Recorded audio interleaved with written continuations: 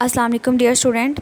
आज हम nucleic acids पढ़े थे। हमने न्यूक्लिक एसिड्स के बारे में पढ़ा कि दो टाइप के न्यूक्लिक एसिड्स होते हैं, एक डीएनए और आरएनए। डीएनए के बारे में हमने स्टडी कर लिया था। आज हम आरएनए के बारे में पढ़ते हैं कि आरएनए क्या होता है। ठीक है, it consist of a ribose sugar, यानी इसके अंदर राइबोस शुगर होती है, 5 कार्बन शुगर होती है। ठीक है, it is single stranded molecule. ये एक ही स्ट्रैंड, यानी कि जो मॉलिक्यूल है, जैसे आपने डीएनए में पढ़ा था कि उसमें 2 स्ट्रैंड्स होते हैं। ठीक है, 2 लेयर्स होती हैं। जैसे मैंने आपको एग्जांपल दी थी लेडर की, कि जिस तरह एक सीढ़ी होती है उसमें 2 जो हैं बैम्बोज होते हैं, तो वो डीएनए की एग्जांपल में ठीक था।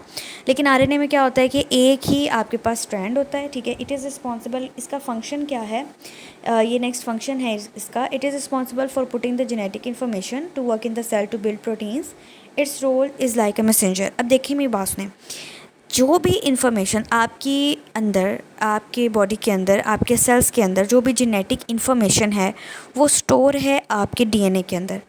अब वो इन्फॉर्मेशन एक ऑर्गेनिज़म से दूसरे ऑर्गेनिज़म तक जानी है, या एक सेल से दूसरे सेल तक जानी है।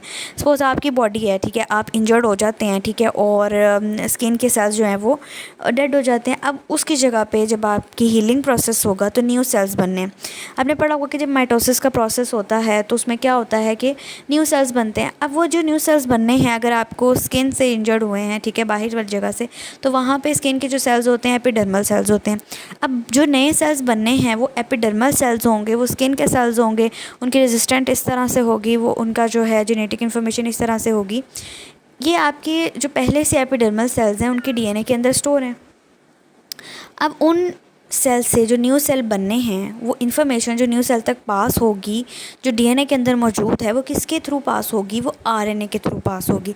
आरएनए क्या करेगा कि आरएनए डीएनए से इन्फॉर्मेशन लेगा, वो इन्फॉर्मेशन न्यू सेल तक पहुंचाएगा, उस इन्फॉर्मेशन से रिलेटेड प्रोटीन सिंथेसाइज करेगा। वो प्रोटीन्स जब न्यू सेल तक जाएंगी तो उनकी डिकोडिंग होगी।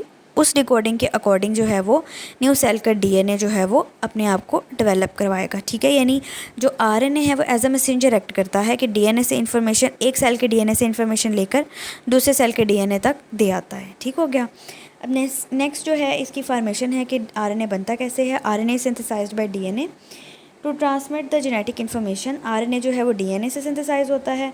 आरएनए करता क्या है, इसका रोल क्या है। आरएनए रिसीव करता है इन्फॉर्मेशन को डीएनए से, उसको रीड करता है, फिर उसको डिकोड करता है और फिर उसको यूज़ करता है इन्फॉर्मेशन को प्रोटीन्स बनाने के लिए। RNA is responsible for directing the synthesis of new proteins. RNA क्या करता है, न्यू प्रोटीन्स भी बनाता है। यानी एक तो वो प्रोटीन्स है जो डीएनए ने इन्फॉर्मेशन उसको दी, उसके अकॉर्डिंग उसने बना ली, फिर न्यू प्रोटीन्स भी बनाता है। यानी हमारी बॉडी के अंदर जो चेंजेस आती हैं, जो म्यूटेशंस आती हैं, वो इन्फॉर्मेशन भी कहाँ पे सिंथेसाइज हो रही होती है, आरएनए के अंदर हो रही होती है। अब यहाँ पर नीचे जो है ये जो डायग्राम बनी हुई है, आपने इसको ड्रा ज़रूर करना है। डीएनए से क्या सिंथेसाइज हो रहा है, डीएनए सिंथेसाइज कर रहा है आरएनए को और इन्फॉर्मेशन को पास कर रहा है आरएनए की तरफ। आरएनए क्या कर रहा है, उस इन्फॉर्मेशन के अकॉर्डिंगली जो है वो प्रोटीन को सिंथेसाइज कर रहा है, और वो प्रोटीन्स जो है वो हमारी सेल्स को जो है वो बिल्ड कर रहे हैं। नेक्स्ट हमारे पास जो है ये कैंसर के बारे में बताया हुआ है। Cancer is caused by damage to DNA. अगर आपकी बॉडी के अंदर जो है वो डीएनए के अंदर डैमेज आ जाता है, कुछ म्यूटेशंस आ जाती हैं, या उस तरह से रेप्लिकेशन आ जाती है, यानी जो इन्फॉर्मेशन डीएनए के अंदर थी वो सही तरह से ट्रांसफ़र नहीं हो पाती, तो फिर क्या होता है कि सेल्स के अंदर जो है वो अनकंट्रोल्ड डिवीजन स्टार्ट हो जाती है सेल की। कैंसर में क्या होता है कि एक ही सेल जो होता है, नॉर्मल बॉडी सेल जो है वो अनकंट्रोलेबली डिवाइड होना शुरू हो जाता है। यानी अगर हमें बॉडी में जो है वो आपके रेड ब्लड सेल्स हैं या कोई भी और सेल्स हैं, न्यूरॉन सेल्स हैं, न्यूरॉन तो खैर नहीं इतना करते, उनकी एक एज लिमिट होती है कि इस एज तक जो है हमारी बॉडी में न्यूरॉन सेल्स बनते हैं, उसके बाद वो डेवलप नहीं होते। लेकिन अगर हम नॉर्मल बॉडी सेल्स की बात करें तो क्या होगा कि जितनी रिक्वायरमेंट है हमारे बॉडी को न्यू सेल्स की, जितने बन गए हैं, उससे क्या होगा, कई ज़्यादा अनकंट्रोलेबली जो है वो सेल की डिवीजन हो जाएगी, तो वो कैंसर कॉज कर देते हैं। अब होगा क्या कि डीएनए के पास जो इन्फॉर्मेशन थी वो सही तरह से आरएनए के पास नहीं जाएगी। अगर डीएनए के अंदर मौजूद इन्फॉर्मेशन को सही तरह से डिकोड कर लिया जाए तो फिर क्या होता है कि कैंसर को क्यूर किया जा सकता है। नेक्स्ट हमारा टॉपिक है वाइटामिन्स का।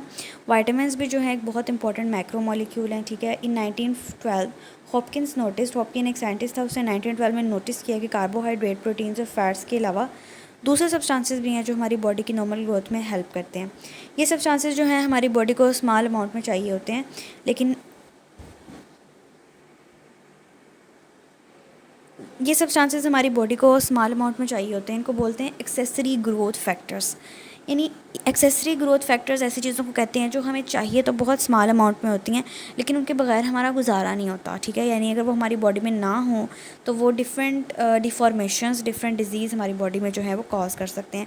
तो वाइटामिन हमें चाहिए तो बहुत लिटिल अमाउंट में होते हैं, लेकिन they are accessory growth factors कि वो जो है हमारी बॉडी की ग्रोथ के लिए बहुत इंपॉर्टेंट होते हैं। Letter Funk propose the name vitamin for the substances. Funk ने इनको नेम दिया था। उसने कौन सा वाइटामिन डिस्कवर किया था? वाइटामिन B1, जिसको थियामीन का नाम दिया जाता है, ठीक है। दो टाइप्स के वाइटामिन होते हैं, एक फ़ैट सोल्यूबल वाइटामिन और दूसरे वाटर सोल्यूबल वाइटामिन। आज हम सिर्फ फ़ैट सोल्यूबल वाइटामिन का माइनर सा इंट्रोडक्शन पढ़ेंगे, ठीक है। The vitamin which dissolve in fats are called fat soluble vitamin. ऐसे वाइटामिन जो फैट में डिजोल्व होंगे वो फैट सोल्यूबल वाइटामिन हैं। कौन कौन से हैं वो इसके एग्जांपल्स में वाइटामिन A है, D है, E है और K है। अगर ये वाइटामिन हम लार्ज क्वांटिटी में लेंगे तो हमारी बॉडी में क्या करेंगे? अक्यूमुलेट कर जाएंगे। अक्यूमुलेट का मतलब होता है एक ही जगह पर, एक ही तरह की चीज़ का एक जगह पर इकट्ठे हो जाना, ठीक है। और क्या डिजीज़ काज करेंगे। फॉर एग्जांपल उसने आपको दिया है कि अगर हमारी बॉडी के अंदर वाइटामिन D जो है वो अक्यूमुलेट कर जाए तो क्या होगा? बोन पेन आ जाएगी और या फिर बोन लाइक डिपॉजिट्स हमारी किडनी के अंदर आने लग पड़ेंगे। लेकिन अगर इनकी डेफिशिएंसी हो जाए तब भी डिफरेंट डिजीज़ हो जाती हैं, ठीक है। That's all about today.